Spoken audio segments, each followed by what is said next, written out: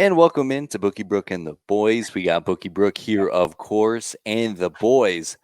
Another fantastic week. We had a week off recording last week, but still put in some bets. Still, had a week. Had a week, I'd say. How was last week for you guys outside of the betting? It was good. It was busy. It was. Yeah, I bet. Mr. Newlywed over here. Yeah, and new job. It was a lot, but I'm back. I'm here. Really speed running adulthood is all right. The new job, the new wife, the new house. Humble flex with the wedding. Dogs. Yeah. Ring. There we go. I got about 6 of those in my backpack now. Hell yeah. Another 2 or 3 at my folks' house. So how many did you get to take home? Or did you just leave them there? Toss them out? Yeah. A lot. I think I have about 15 or 20 from every wedding I've been to this year. Yeah. So yeah. Well, because at first I felt bad when I started falling into this pattern of just stashing koozies. And then I talked to somebody. They're like, "Oh yeah, we'll take home like 75 of these things. Please take all of them." I'm like, "All right." It's one of those things where I feel like people order way too many and then end up taking home half of them. We try to order like 2 or 3 per person. No, maybe it was like two per person, because normally people, like you guys said, stash a bunch of them.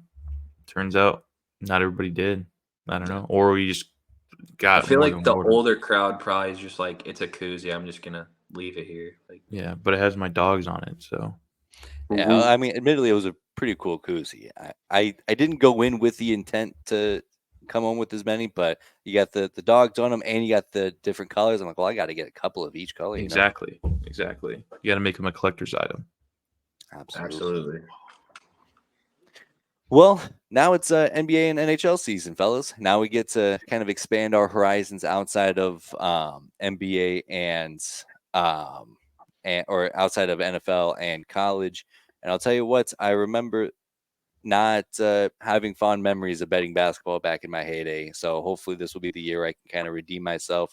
Granted, it was more so college basketball that I would bet every other night and lose 2 out of 3 bets. So I'll probably stay away from college basketball when it comes around. But typically, kind of how do your scope of knowledge go with the winter sports here? So I feel like I'm probably the anomaly, and I think college basketball might be my best sport. But if you like betting on NBA and you turn any sort of a profit on it, you're just a sick individual. It's so hard with the rest and the long season, which I feel like, superstars could either go for 50 or 17 on 30 shots. It's so hard to predict. And then you'll get the Magic beating the Warriors by 20 one night for no reason whatsoever. Yeah. I definitely don't watch NBA. I don't find it very enjoyable. But the few bets that I have placed, one being a pretty large parlay that I put in during March Madness, and that's one of the few bets I've ever hit. So that's probably just beginner's luck, but I'll take it, and I'll say that I'm an expert. I mean, that's I'm 1 for 1. If you can hit one of those things. I mean, I've never hit a good parlay before, and I'm still dumb enough to fall for it. I couldn't imagine winning my first one. Yeah. So actually my biggest parlay I hit ever was an 8-teamer last college basketball season.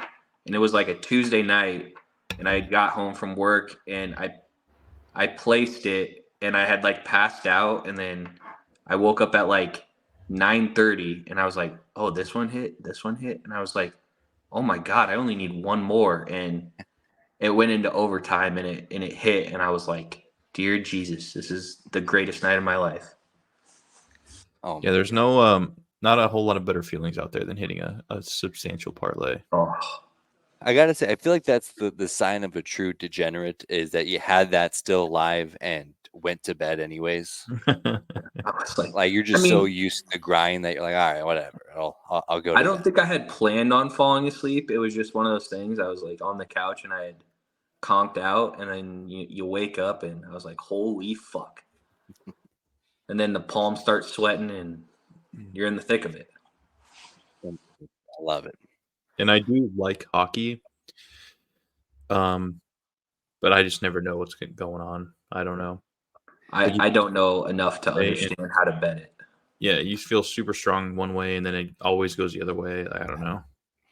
You see, I think where I could find success this year, and this kind of goes for the NBA to like a lesser degree with the Nuggets, but specifically the Colorado Avalanche. Like, I'm a huge fan of them, and I know like my knowledge for them is very specific and deep.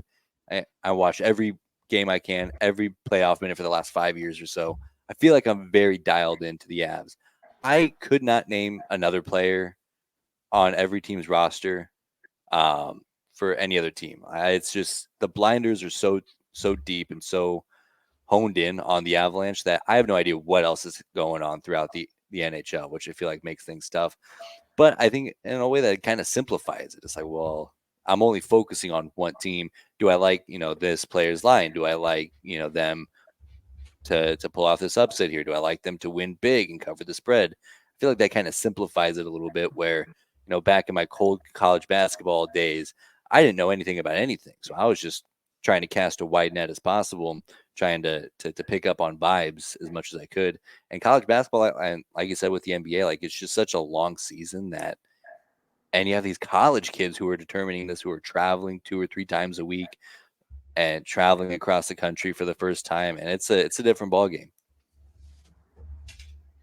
Yeah, it is, and they're so. It feels like hockey games are so sporadic when they're played. Like NBA or MLB. Like there's going to be some teams playing at noon that day. There's going to be some teams playing at 4, but most everybody plays at 7. So you can kind of go around that, and you're like, oh shit, there's 5 hockey games out today.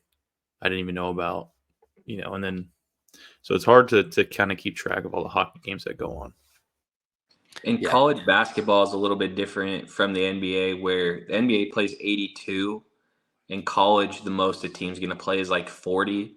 So, yes, every game matters, but you still factor in that they're 18 to 22-year-old kids with classes. And basketball is not like football where, if you have a good O-line or you're good in the trenches or some areas, like you can almost fake your way through a football game. If you're off in basketball, like you're off. Like some nights it's not your night. And especially with 18 to 22-year-old kids,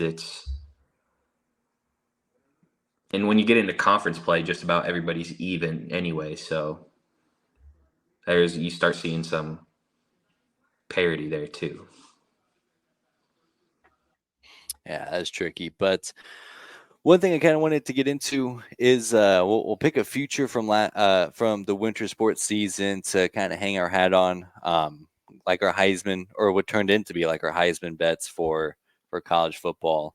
Although I know Tyler and I aren't feeling too good about ours from that selection pool, but hopefully we'll rebound here pretty strongly in the winter time. But it's been a couple of weeks since we dialed in here, so I kind of want to go over how it's gone on the sheet last couple of weeks. I'll be honest, I've had a pretty good couple of weeks here. 3 straight winning weeks, up about $800 in that span. Granted, I started from $3,000 down, so I'm still quite a bit in the hole, which is disappointing. But figuring things out, and better late than never. That's not the tab I wanted to share.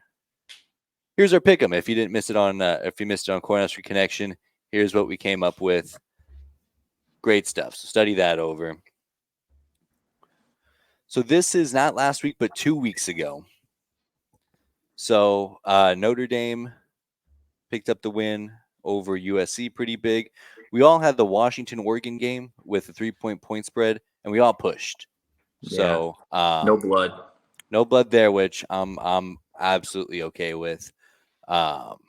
Brooke had a real good week. I think 4 for 5 there. Oklahoma State money line as a dog. Just missed Purdue plus 19. Who were they playing? Were they playing Michigan? It was Ohio State the week before Penn State, and I was thinking right. a look-ahead spot, but Purdue is just so bad. They're bad. awful. More like Purdue, am I right? Oh, my God. Yeah, I don't think that, and, myself is included in this, I don't think that people properly assessed how big of a loss Jeff Brom would be. Because typically, like, when you change a coach, it's because you've been bad and you had to fire a coach, so you're more optimistic. But he just left Purdue because they stink, And and he took a better job. he took a better job, and he didn't leave the program in great shape, and he took their starting quarterback. So the cupboard was pretty bare for Ryan Walters. But yeah, their defense is one of the worst in Power 5. Yeah. And in a conference like the Big Ten, you just can't survive playing that kind of quality of football there. Oregon State, a big winner. They cover that one pretty easily. Let's see. I had our first parlay as a sports betting show. That missed. Thanks, USC, a lot for that. Luckily, I hopped on the Oregon State train. And then the Iowa unders have been outstanding. And, that hit my $500 bet, kept me above the line. Tyler had he pushed on Oregon, had the Texans. Wisconsin -10 looks pretty rough, but USC +3 that felt like a good one to me. So not a great week for Tyler, but we're getting back. You say that a lot about me here in the show, but I won't say it for last week because he had a winning week. Tyler going 2 for 3, but hitting his bigger bets. And the Tennessee Bama over, great stuff. SEC never plays any defense, so the over is the easy call there. Jaguars +1.5. They cleared that. And that was a Thursday night game, wasn't it? Yeah. Yeah. So you got to go into the weekend knowing that you just got to get your $500. Yeah, just got to get something to stay even. Let's see here. Brooke hit Miami money line. That was a good bet. I mean, Clemson fucking stinks. Also, I wish I would have known going into that Van Dyke was out, but I mean, that's what you get when you make picks on Thursday. And would you still have bet Miami to win straight up? I don't know. I probably would have taken the points if I had known Van Dyke was out, or maybe just not played it at all, but it worked out. So yeah. The Michigan clears 24.5. Fuck the points. I mean, I almost made that one my $500 bet, but I was like, man, I'm going to feel real dumb if it's like 17-14 going into the fourth quarter. Yeah, and then the Missouri, South Carolina over. That's 60 is a lot of points to get to, even in the SEC. Well, also, South Carolina got inside the Missouri 10 4 times and came away with 4 field goals, so that was pretty sick. Brutal. One of the big misses, I think, for me is thinking that South Carolina was going to be kind of good. I didn't think that they'd, contend in the East, but like 8 wins seemed plausible for me, especially how they finished the season last year. Granted, they lose their offensive coordinator. I'm sure whoever he ended up with is very happy with his performance so far this season. But yeah, it's just the way that they ended that season. I figured that they'd carry some momentum to at least get to a bowl game. But boy, they stink. I guess they lost some important pieces coming in, and their O-line's pretty bad. Yeah. Well, my slip, pretty happy. I got the Iowa under again. These are ridiculous unders, and they're clearing comfortably. Like there was never a time in that game where I was worried about that when USC money line stunk. I was gonna just take Nebraska money line, but I got cocky at the end of the week, especially when I saw that Northwestern's quarterback was hurt. So I'm like, well, give me the points. That was a mistake. And then Minnesota money line. That one I sweated quite a bit. I was going to say I was on the opposite end of that one. And I mean, I'm happy Iowa lost, but I mean, crazy. What a game. And we talked about that earlier this week, but I mean, nuts. I wish I could take that moment and like relive it over and over again just because of how sweet it was. Brett was texting me about that and how much he hates you. Yeah. Don't hate me. Hate Iowa for not being good enough. Because also the thing is that just what you were saying about it. And he's like, he's fucking saying it's obvious. It wasn't obvious. I'm like, well, it was wrong. What he did was wrong. So it doesn't matter at the end of the day. Yeah. I mean, the people whose job it is to clarify if it's obvious or not thought it was obvious enough. So yeah, it is what it is. And also, here's the thing: Iowa still had the ball back on like the 45-yard line. Yeah. Like they still needed just 20 yards. They have a good kicker. They needed like 20 yards to get into field goal range with a minute and a half left, and then he throws an interception 2 plays later. It's like boy throws a pick. Yeah, it's like the Rams fan who are still complaining about that no PI call against New Orleans. Yeah. Jared Goff threw a pick in overtime. Like they had the ball first. All they had to do was score a touchdown. Or I might have even been when they just needed to kick a field goal in overtime. And they blew it because they weren't good enough to win. But, Also, real quick, I have a trivia question for you guys. let's go. I'll give you a little backstory here. Nebraska on offense averages 328 yards a game. Do you guys know how many yards a game Iowa averages? I know it's more. All right, so give me a number. What'd you say Nebraska's at? 328. Let's say 350. I'd say like 340. They average 232 yards of offense a game. Oh, I did see a stat. Maybe it was points per game is what I was looking at. They average more points per game than we do. Yeah. They average, like, that's got to be the lowest in all of college football, or right there. Well, and it's crazy 232 yards. because, like, you watch Nebraska's offense and it makes you want to pull your hair out of your head. Oh, It's my bad. God. It's awful to watch. And then to think that there's a team who's still like 5-2 right now, or however the math shapes out, who's significantly worse. They're bad. I mean, Diabetes Deacon averages like 6 completions a game. Yeah. So I mean, it's just a miserable way of being. That's crazy, but I love that. And I I told you about this earlier. Cade McNamara wasn't great either. No, he was missing some throws that Brian Ferentz was pretty upset about. Yeah. And they were showing him on the sidelines. I don't know. Maybe it is just quarterback play. They can't get a good quarterback in there, but it's tough to watch. Outstanding stuff. I love it. Like I said, double down on that. The under. I don't think they play this week, do they? I think they have a bye. I think so. Yeah, they have a bye, and then they play Northwestern next week. So very curious to see what that over-under will be. Probably going to set another record, honestly. It'll be down there. I mean, what a disaster. But yeah, 10 points, 15 points, 20 points, 16, 26 points. Michigan State's really keeping their average reasonable, and then 0 points against Penn State, which is another reason why I'm so thankful that Josh Fleeks got that touchdown, because of how funny it is that Iowa gets shut out this year. And I mean, it would have taken away from that experience to have us suffer the same. You gotta just throw that game out because Michigan cheats. So that's true. That is true. It makes it very much less impressive when they have a guy signaling the plays in for you and telling you what it's going to be. I mean, it's just such a shame that like Jim Harbaugh won't be there to like see the ramifications of it. Yeah. Now, let me ask you this quick sidebar as a Broncos fan. Would you want to see Jim Harbaugh go to the Chargers? No, because I feel like on one hand, I don't want another division rival to have like a good coach and a good quarterback, but I also want somebody to stop the Chiefs from doing whatever they want. So there's a fine line there.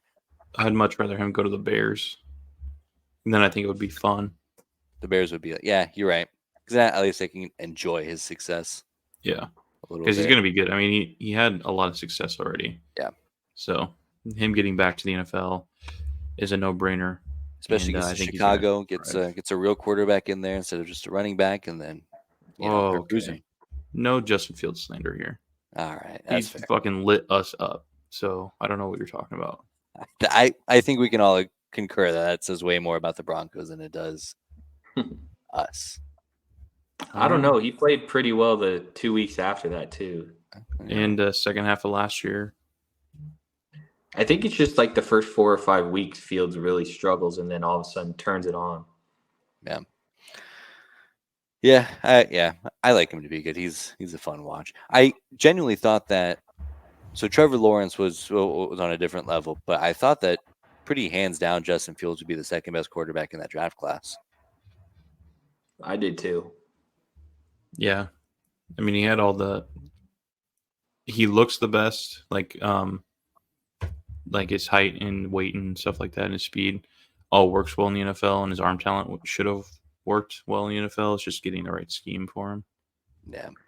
He does every now and again make some throws that are just like, wow, but it's not consistent enough. Mm-hmm. Yeah. But now where does that leave us season total wise? To be fair, not a whole lot of a different spot. Brooks gained $74 over the last couple of weeks. One with a really good week, one with a really bad week, evened out a little bit. Tyler and I both kind of climbing out of the dungeon here. I'm catching up. Both all of our records the last couple of weeks have been pretty similar. Brooke, of course, jumped out to that early lead to kind of coast on. 23 and 16 is pretty crazy. Yeah. That's a good Especially, record. I know this kind of sucks to say, but I swear I do my best work like a half hour before kickoff. So the fact that you're making me lock these in on 2-3 days in advance are pretty good for me. Yeah. And it feels like 18 and 21 is not that bad either. But I mean, when you look at the money total there now, 23.58, that's a tough pill to swallow. If they were all even bets, it wouldn't be bad at all. Yeah. Maybe not knocking on the doorstep. But nonetheless, that's where we're at going into week 9. Like I said, we're going to add a winter future here coming up. So I guess I'll go first. I'm kind of torn as like a Nuggets and an Avalanche fan, because as an Avalanche fan, I think the Avs are going to be outstanding this year. I think that last year they were just real banged up after the Stanley Cup run, and I think now they're dialed in. There's even a story out a couple weeks ago about how like the core Avs guys, once they saw like the Denver Nuggets parade, they're like, all right, we got to dial back in so we can have our turn again. And so I think that and this isn't just complete Denver bias for me. They are the current favorites to win the Stanley Cup, so this isn't crazy. But then on the other hand, I also have the Denver Nuggets, who I love and cherish. I adopted a cat during the playoffs last year, named him Nugget, because I knew that the Nuggets were going to win this championship, and it seemed a little bit more responsible than having like an NBA Finals championship baby. So we got the cat. Whoa. So then, and I obviously against that first game the other night with the Lakers, they look just like they're picking up right where they left off. So I'm going to do something a little bit crazy here, and I'm going to take both of them in a parlay as a future to win the championship. You're taking who in a parlay? Nuggets and the Avs to win the championship. Oh, gotcha. I mean, honestly, not a crazy bet. Yeah, because as of right now, like I said, the Nuggets have the best odds to win the Stanley Cup again, and the Nuggets are like 4 or 5 down, but pretty tight, close race up top. Yeah, not bad at all. Yeah. And I figured if this hits, I mean, it cancels out every loss that I get throughout the rest of the season, pretty much. So.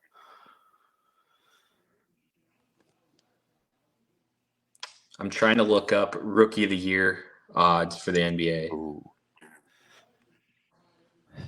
Rookie of the Year. I mean, Wemby might be minus money. I got a name in mind that I kind of like, but I want to see the number on it first before I give it out. Let's see if I can pick it up. And I thought about adding a Nikola Jokic MVP to this, but that just felt a little bit too crazy, because it does feel silly to hit on a plus 5,700 parlay and be like, oh, I added this extra leg at the end of it and fucked everything up. Yeah. I feel like if one of them wins and the other one loses, you're going to be hurting no matter what. But. Yeah. Which is crazy to say, because like I'll cry if they win another championship again. It's such a win, such a rush. But I can't find. Oh, there it is. There it is. Let me pull this up here. So Victor Wembanyama minus 145, Chet Holmgren 380, Scoot Henderson plus 500, and then a pretty substantial drop off to Brandon Miller, Eamon Thompson, and Cam Whitmore. I love Chet Holmgren there. Really? Yeah.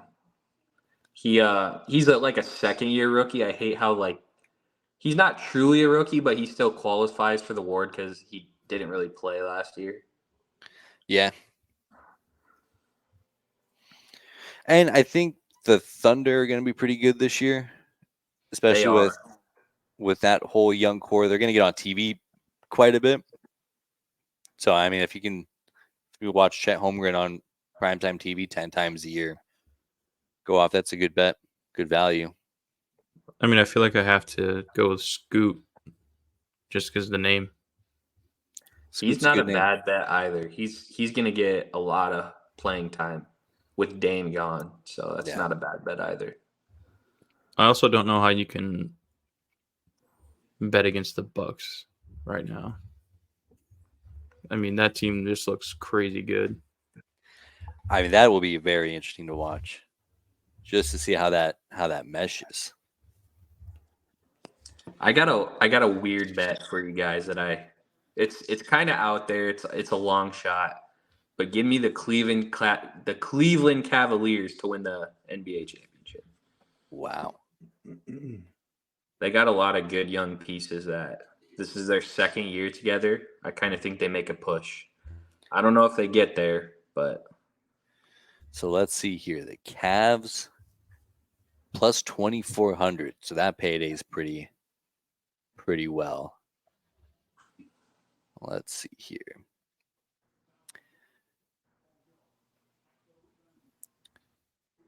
Plus 260 to win the Central.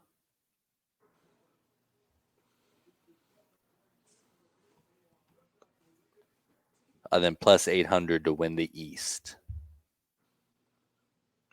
I think I mean, it's good value for sure. obviously Boston and Milwaukee are the favorites to get to the Eastern Conference Finals. But I feel like you're one injury away from either one of those teams for the Cavs being the next best team in that conference. So you're not wrong.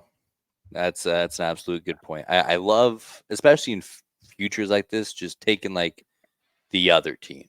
Like obviously I have the favorites like Boston, Milwaukee, but then if either of those teams go down or get upset, early in the playoffs, that opens up a path for like a team like the Miami Heat last year. I mean, of course they took down the Bucks. I guess They're they took not a down good everybody themselves, but they're not a good regular season team, but man, they get hot during the playoffs. Yeah. I mean, they won the East as an 8 seed. Yeah. And and as the 8 seed, you have to do all that work yourself. I mean, they took down the 1 seed and then they ended up taking down Boston in the finals as well. So they really had to go through everybody. It does feel funny to think of somebody betting the 76ers and thinking that they're going to cash that out come June. No That's way. very silly to me. Absolutely not. Outstanding stuff. Love to see their downfall, but so where did you want to go for your future? Did you want to go with Chet plus 380? No, give me the Cavs. That's what I want as my future. For the whole thing or somewhere in between? Give me the whole thing. Let's go. 2,400. That.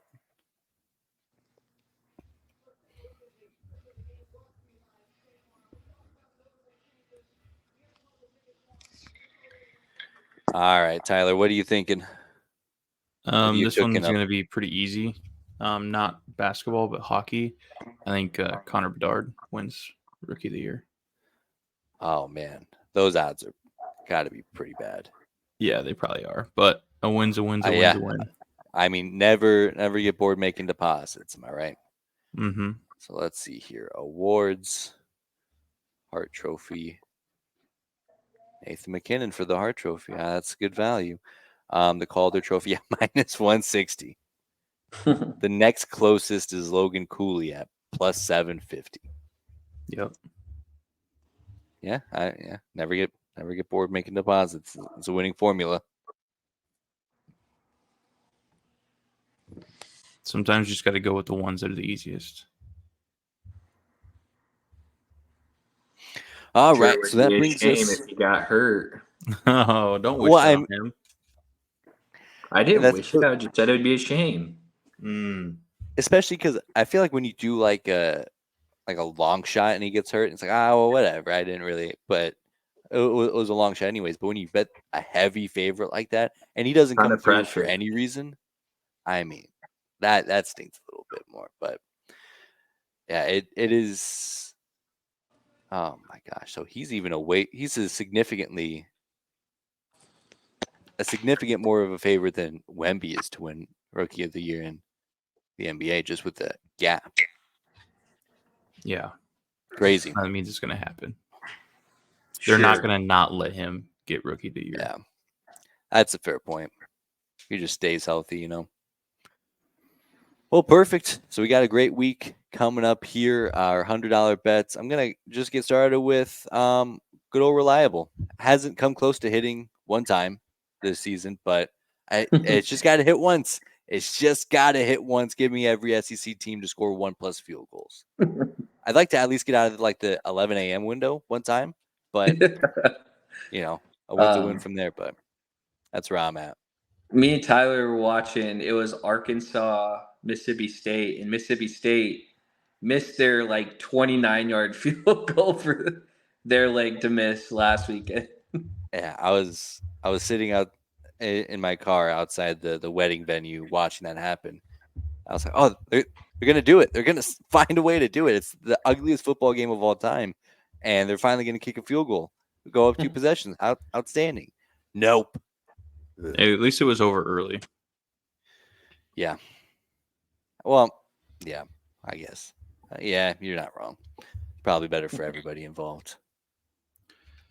Yeah, and for my $100 bet, Brooke, shut up. I'm going to take Wake Forest plus 20.5. Who do they have? Florida State. Well, lot of you points. certainly know they're not going to win.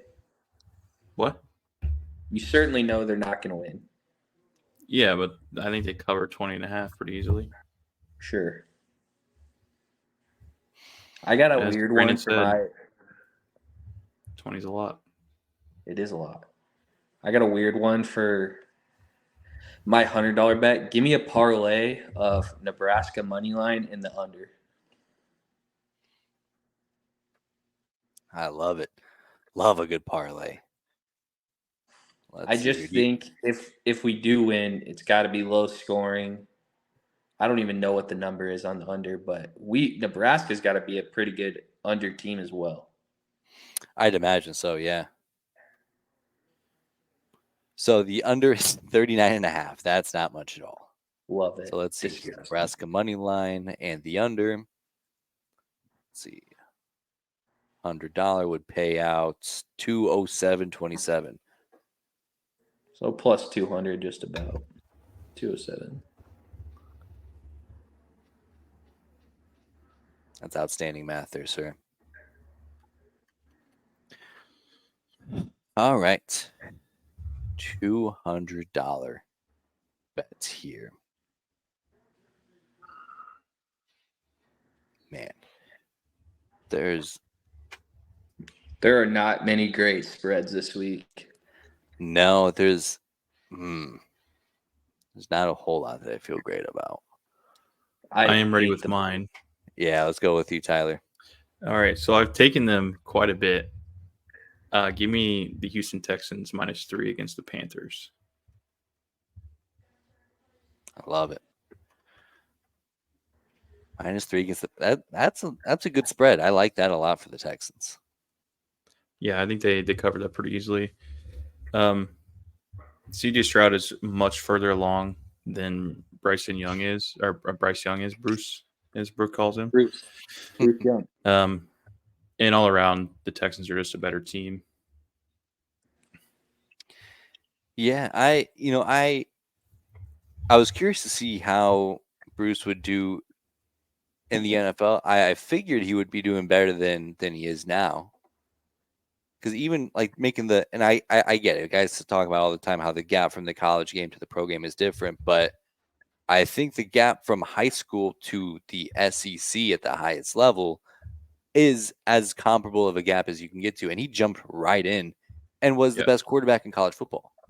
So I figured that there'd be at least a little bit of, translation, but he's been bad. Now, granted, Panthers fans will tell you that that's Matt Rule's fault somehow, but yeah, CJ Stroud has been awesome.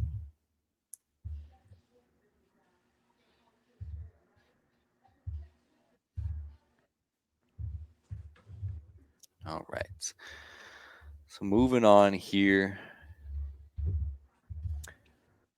Let's see. When does this start? I wish it's Friday. Okay. So this will air before then. So give me the Texas Rangers plus a run and a half.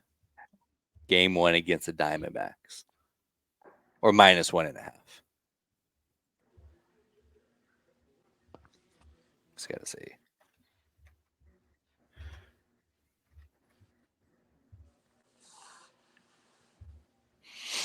Get some All right, baseball action in. I love that. I think they should take care of the Diamondbacks, but the Diamondbacks are just frisky this year. Yeah. Shouldn't have even made the playoffs, and here they are in the World Series. Yeah. So my $200 bet is Georgia Tech plus 11 against North Carolina. And then my $300 bet is, who is it? Cal plus 10.5 against USC. I was thinking about taking USC. I'm not going to, so we can kind of dive into it, but it just seems very unlikely that they have 3 stinkers in a row. But also, then maybe they just stink. So, but 10.5 points doesn't seem like much at all. We're getting to the part of the year where injuries are piling up for teams, and teams that aren't, like, especially USC, like, they're out of the playoff race. I just question whether or not, how much they're going to care to win those games by a lot. Yeah. And North Carolina might just be bad. So that'd be crazy. I don't think they're bad, but Georgia Tech did beat Miami. If they were bad, this is what it would look like when you get a feast a lot in that conference over there on the West Coast or on the East Coast. So, Brooke, you took Georgia Tech plus 11.5? Or what was your bet there? What was I even doing? Yeah, I think it was. It's 11.5. Oh, is it? Yeah, 11.5. Okay, my bad. Is that still good? I just wanted to let you know. Oh yeah, that's fine. Okay. Probably different numbers out there. Yeah. Well, I'm skeptical here because I know what my $500 bet is, and I know that that's plus money. So I feel like at some point here, I'd like to take a favorite. It's not going to be this one. Like I said, still got a $2,300 gap to get after. And there's no like football analysis here. There's no objectiveness that would give me any indication that this bet's going to hit. But just because it's something that's got to end eventually, and eventually this is going to pay off if I just keep betting it. Give me the Broncos money line. Wow. I mean, this is our Super Bowl, so it makes sense. No kidding. And we've talked about it. Like, give me one win against them, and it doesn't matter what else happens the rest of the year. At least this monkey is off our back. Yes, I agree. So, and it's got to end eventually. You would hope. So for my $300 bet, I was really thinking about taking Colorado money line, but I think I'm just going to take Colorado plus 17.5 against UCLA.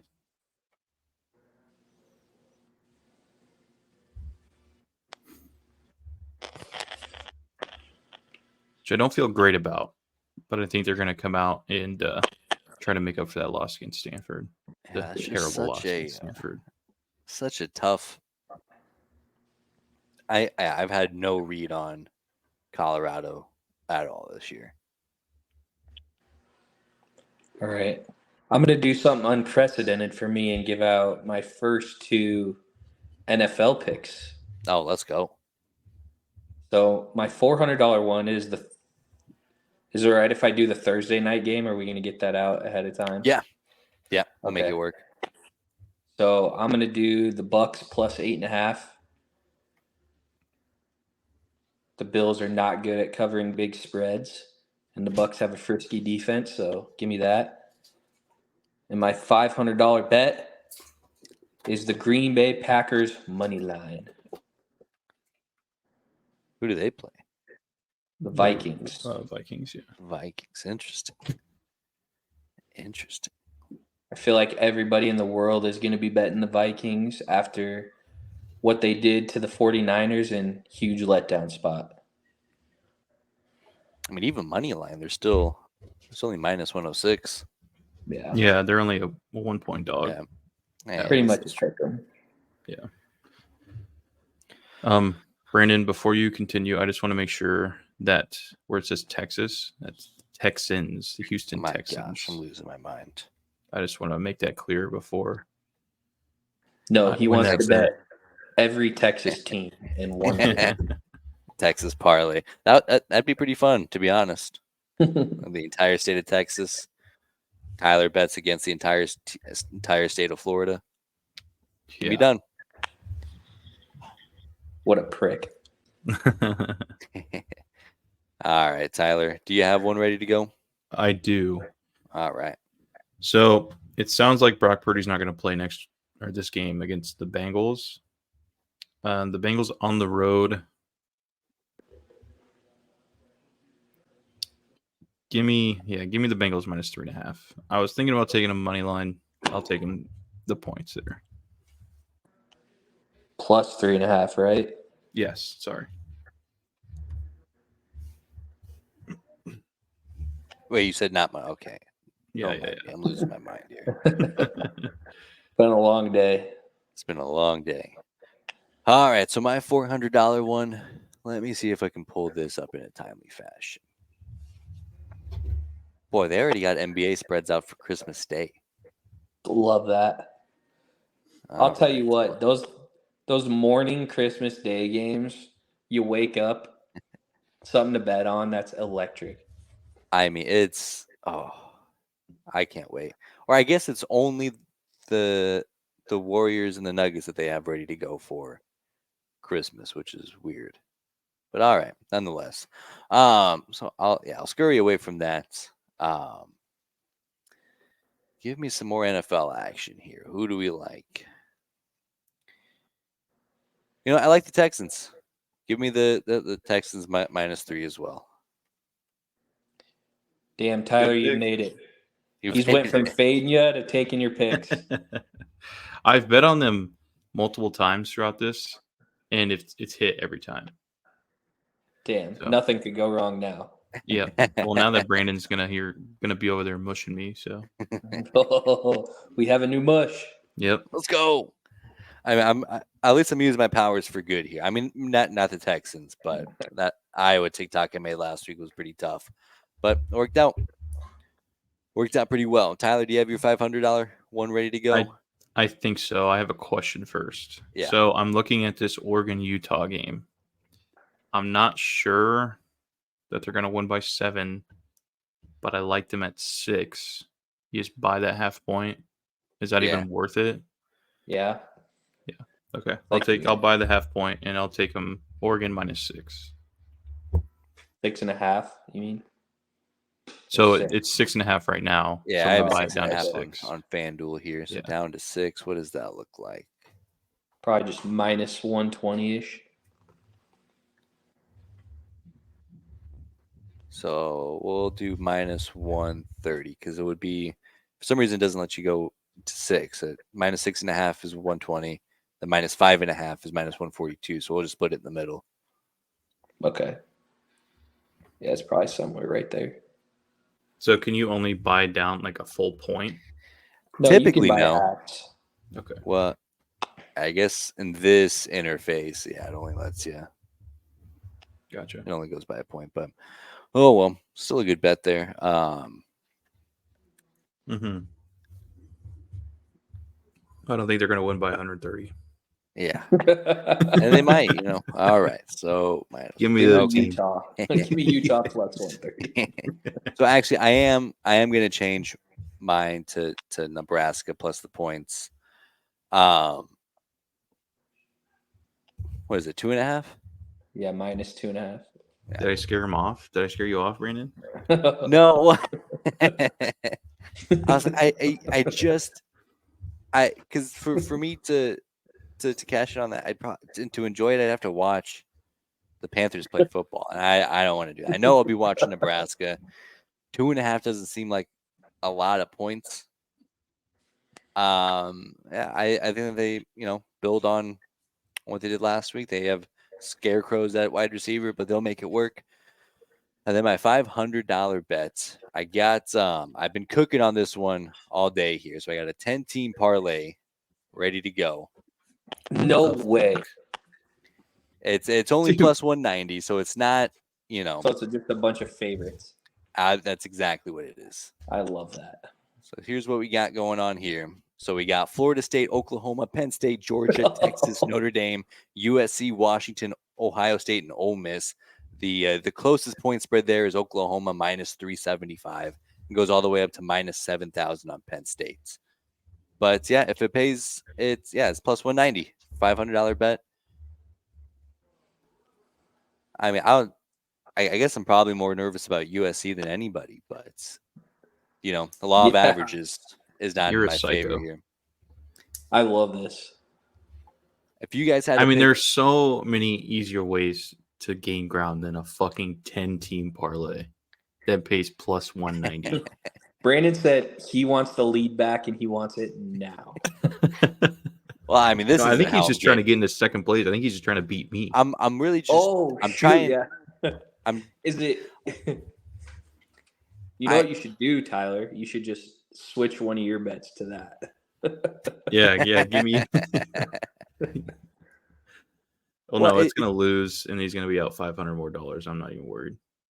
Yeah, I mean, the odds aren't great. I mean, I just felt better about these 10 teams irking out wins against their opponents than any other team at close to even money. If there was one team you think you're real nervous about losing on that, who is it? I would say USC or Notre Dame. Notre Dame Who does plays Notre Pitt. Dame have? Oh, Pittsburgh. Pitt. Yeah, so I'm not happy about those odds, but I'll take them. Penn State, when I initially started cooking this up, I think it was only like minus 1,400, but then when I switched to the FanDuel Sportsbook, it racked up there. So let's see here. Ole Miss plays Vanderbilt. Not too worried about that.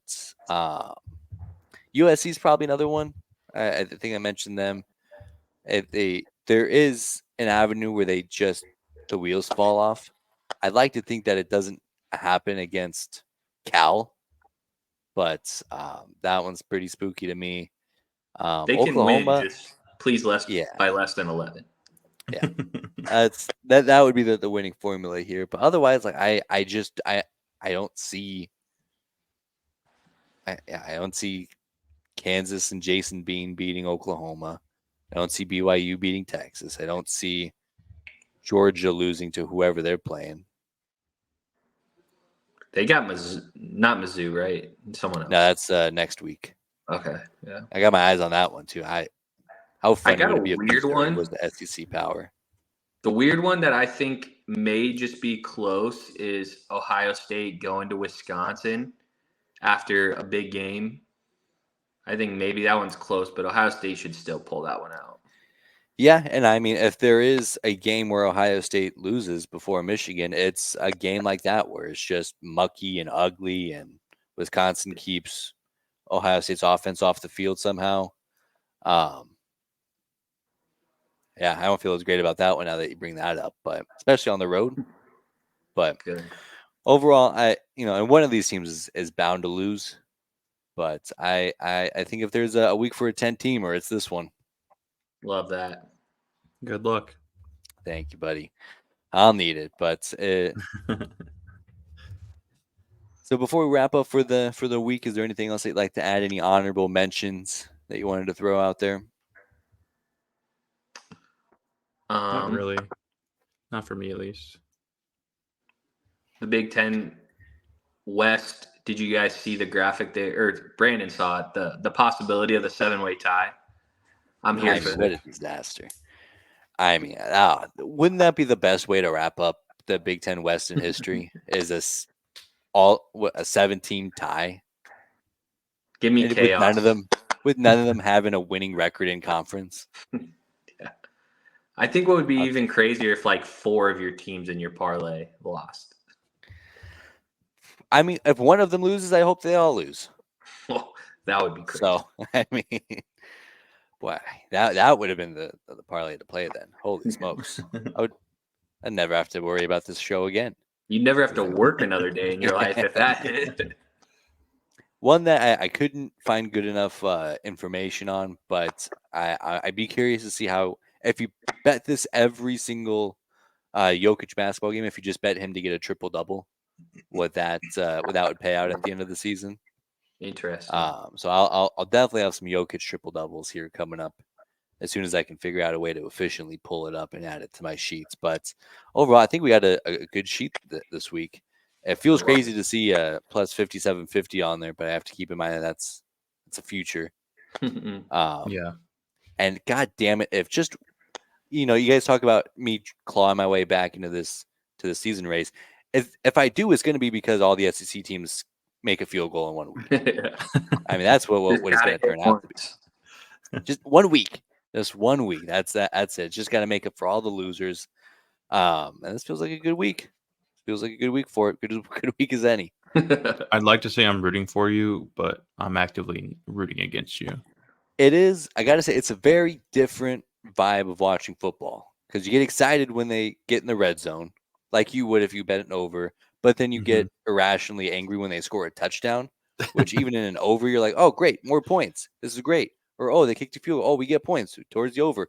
Now, it's a very specific set of circumstances where I'm allowed to be excited about it. But I'm dialed in now. I mean, it's got to hit eventually. It seems, and I get that's how they get you with these odds, is that they're like, oh, well, it's such a simple thing. Just kick a field goal. I get it. But it's like, it's got to hit once. Kickers That's suck. Kickers do suck. At Pat McAfee. Especially college kickers. College kickers suck. Not Tristan Alvano though. He's the real deal. That's That's my king. Look who flipped the page. Yeah, I mean, I change with the information when he's 3 of 7. I'm not too thrilled about him, but yeah, I wouldn't have confidence in my guys either. Yeah, it is what it is. Anything else you guys would like to add before we wrap up here? May your bets win. May your money cash. Let's get it. Oh, Big Red. Except for Brandon's.